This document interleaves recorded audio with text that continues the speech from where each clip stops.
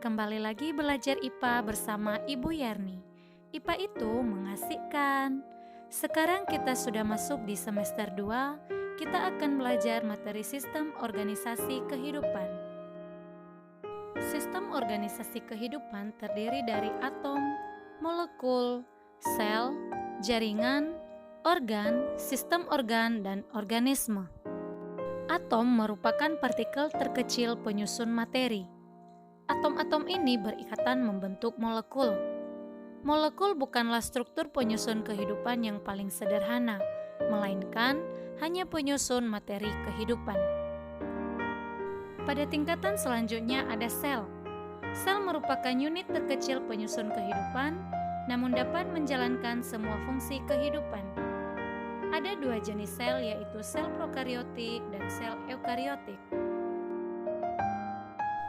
Sel prokariotik strukturnya lebih sederhana, memiliki inti sel, namun inti sel tersebut tidak diselubungi membran inti, terdapat pada eubakteria.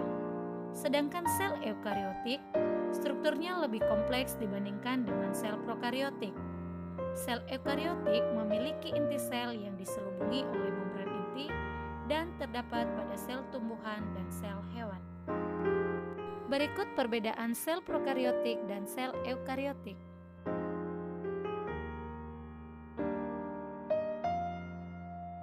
Meskipun sel hewan dan sel tumbuhan sama-sama tergolong sel eukariotik, akan tetapi terdapat beberapa perbedaan loh.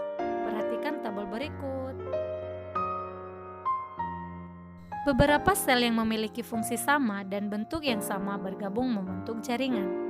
Pada hewan, jaringan dikelompokkan menjadi 4 tipe dasar, yaitu jaringan epitel, jaringan ikat, jaringan otot, dan jaringan saraf. Sedangkan pada tumbuhan, jaringan dikelompokkan menjadi 5, yaitu jaringan meristem, jaringan penyokong, jaringan parenkim, jaringan pengangkut, dan jaringan epidermis. Selanjutnya, beberapa jaringan yang memiliki struktur berbeda dengan fungsi tertentu berkelompok membentuk organ. Tubuh makhluk hidup terdiri dari berbagai macam organ dengan fungsinya masing-masing. Pada tumbuhan, organ utama yaitu akar, batang, daun, bunga, dan buah. Pada hewan dan manusia juga terdapat banyak organ, misalnya jantung, hati, ginjal, otak, dan lain sebagainya. Beberapa organ dengan fungsi yang berbeda-beda bekerja sama membentuk sebuah sistem untuk melakukan fungsi yang saling berkaitan, dan itu disebut sistem organ. Contohnya pada manusia yaitu sistem pencernaan, yang terdiri dari mulut, kerongkongan, lambung, usus halus, usus besar, dan anus.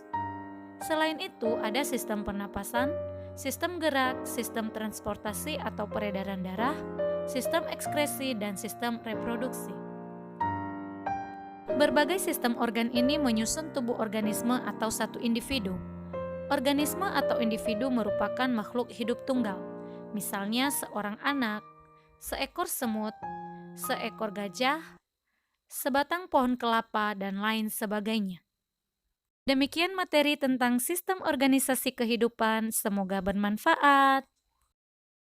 Berikut dokumentasi praktikum pengamatan sel tumbuhan Rhode Scholar di SMP Negeri 1 Gide.